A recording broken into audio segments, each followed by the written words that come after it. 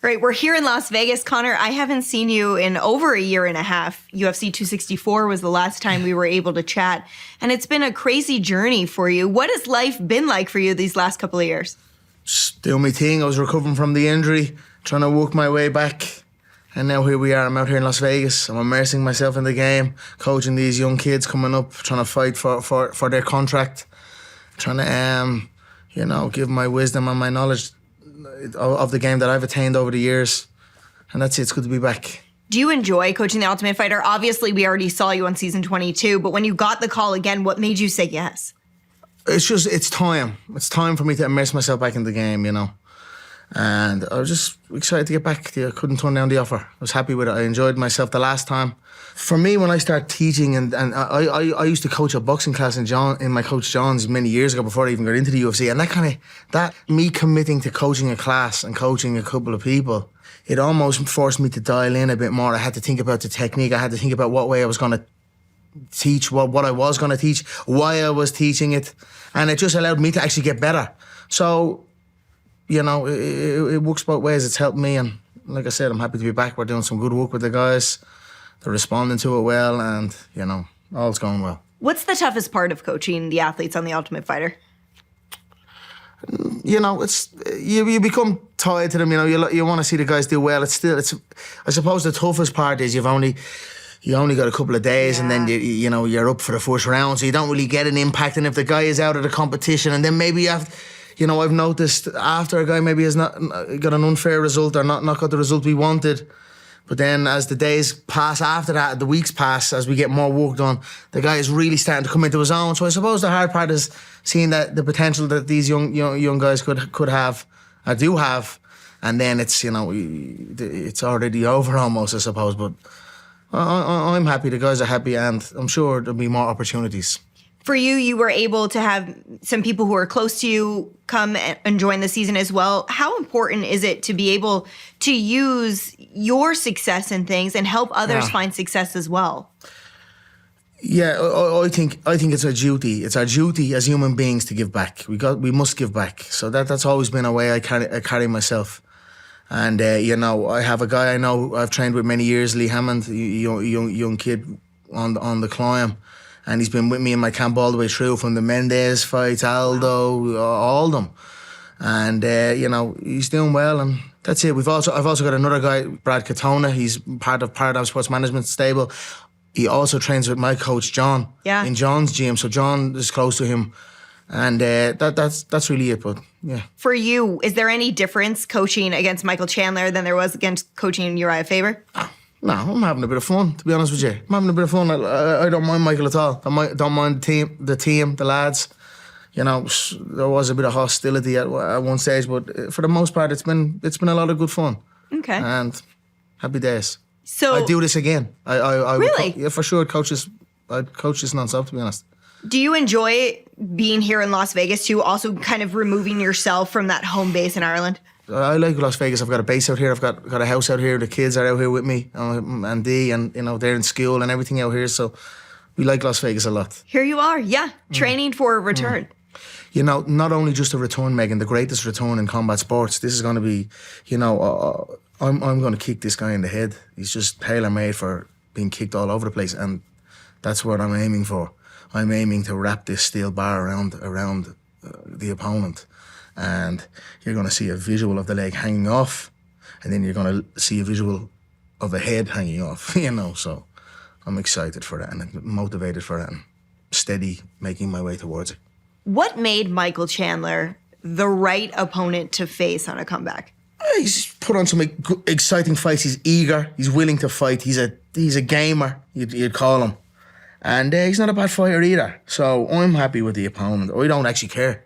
I accepted this show. It was me and Chandler. So it doesn't bother me. What do I hope for in this world, Megan? I hope for 100 more fights. I hope for consistency. I hope for a run. I've had this on, off for the last while, and it's, I just want to get this nice consistency going. And I'm hoping now when I come back, this is where it's at. Has being here doing the Ultimate Fighter with your team also helped you maybe get in some sessions for yourself? Because it's very time consuming to Yeah. coach. I don't think people realize how much time and effort really goes into the Ultimate Fighter. Yeah, I hit the ground running. You know, obviously I'd just come from Ireland to Las Vegas as a trek, as a first time out into North America for a minute. So we hit the ground running though straight away. We put on the big gloves. I sparred side by side with the guys. I didn't spar the contestants. You know, I didn't want to spar the contestants. Just you know, there's no need for that. I have brought in a good solid wrestler, and he's a good solid fighter also. He's an NCAA champion, Division 1. So I've been sparring with him, and while in the mix of the class. So I've been getting my work while also monitoring the guys. And then as it progressed, then I watched their work a little bit more intently and gave them my advice and planned for matchups that they had. And it's been quite enjoyable. Quite enjoyable. Is the wrestling training partner because of the wrestling of Michael Chandler? Yeah. He's similar style, similar kind of style. Yeah, it's nothing I'm not accustomed to. It's just my training partner. You know. So you mentioned to me a couple of minutes ago that this is going to be the greatest comeback. Yeah. When you look at your career up to this point, what are your thoughts? How do you assess it? Just keep going. Keep going. We're not done yet. You know, we're not done yet. So, by the time it's done, I feel I'll have it full circle, and I'll be where I want to be. Is 155 an option? Of course, it's an option. I've never missed weight.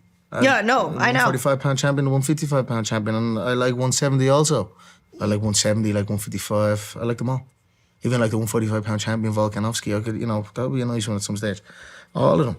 Do you keep a close eye on the fights when you are away? Of course, 100%. Yeah.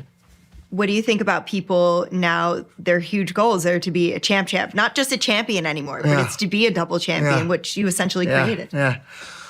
I'm happy with it because there was a lot of whinging and complaining and I'm not going to move up and fight another guy in the other division because I'm the champion. What's that about? How are we going to see how the levels here if you're not willing to do that?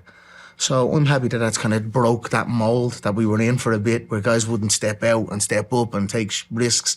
Now it's almost a must. You know you can be a champion, and a champion is cool, but to be a double champion in multiple weight divisions is currently the pinnacle. Yeah. You know, until someone breaks through and makes it the treble. So is that something you have your sights set on? For sure. There's an Irish flag on that UFC belt, and I'm the reason it's there. So on the new one. So for sure, I want to add that to my collection. When you think about returning and what you'll be able to accomplish, would you like to fight more than once a year? Is it something that... Megan, I want 4, 3, 4 is, you know, if you want to see, if we can get to where I need to get to, 3 or 4 a year is perfect. 1 is madness. And it's been one on, 1 year off, 1 on, 1 year off. And then obviously with the leg thing, it's been a bit longer. So it is what it is. Amen. Amen in ancient Hebrew translates to so be it. In other words, amen, so be it. God has it. It's God's plan.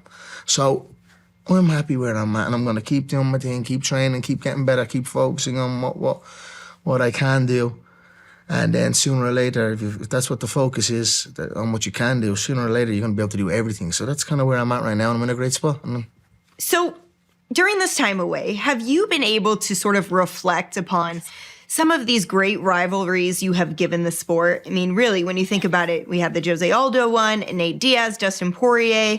Yeah. And there's been these, when you look at these historic matchups, your name comes up a lot. I mean, have you been able to sit back and sort of look at those fights and all of the things that you've accomplished and, you know, who you've done it with as well? Yeah, fuck those other guys. I don't give a fuck about those other clowns, yeah? By the time it's all said and done, watch what's going to set. We're 1-1, me and Diaz. There's a few other ones lingering as well. So we'll get there. We'll get it to where we need to get it. And I'm excited for it. I just want to circle back on this really quickly. I could be wrong, but I think you wrote a message about Jose Aldo being in the Hall of Fame? Or like a tweet or something? Possibly, yeah. Yeah, yeah. I was just wondering if you had any thoughts on a former opponent. Well earned. Why did he retire? Was he not scheduled to fight again? I thought he was making roads towards that 125-pound title. I know, he was and then he looking went great. boxing and all again. I don't know, whatever the reason is, but all the respect to him. A real fighter, multiple division world title winner and contender, and been around so long. All power to him. Wish him all the best. It's been really cool to sort of watch that whole relationship evolve. That's the way it should be. That is the way it should be over time. You know what I mean? You show up to fight and, you get my respect. Yeah. Something else that probably made you happy was a list that I saw that came out that had the highest paid athletes of all time. Yeah. You're at number 33, the only mixed martial artist on the entire 33 is an list. angel number as well. 33, Interesting. Yeah. That has to be very cool to see. I know that, we've spoken before about how the Forbes list was a motivation for a while. And that has to be rewarding to see, I would think. Yeah, for sure. It's motivating. Michael Jordan's at the top spot, obviously with the Jordan brand. Took him there. He's worth multiple billions. I think 3.3 he's made. I'm closing in on $1 billion now. I think I'm at about 650 million all in I've made. I think they estimate that. I would have to probably do my own little check of that. But I fancy my chances. Of getting up that list. So, yeah, it's good to see you. Yeah, and as you said, that Forbes was a goal of mine to hit that. And I got that, and, onwards we go. We spoke about the double champion being sort of the pinnacle now for athletes who compete in the UFC. Yeah. But things like that are also a big motivation for other fighters. 100%. We're prize fighters. I fight for the prize. It's great to be a part of it, and I'm honoured and I'm proud. And I love this company dearly. And I think the company loves you back. I certainly know the fans around the world love you and cannot wait to see your return, myself included. Conor, we will be looking forward to that. Thank you, Megan. Thank you so much.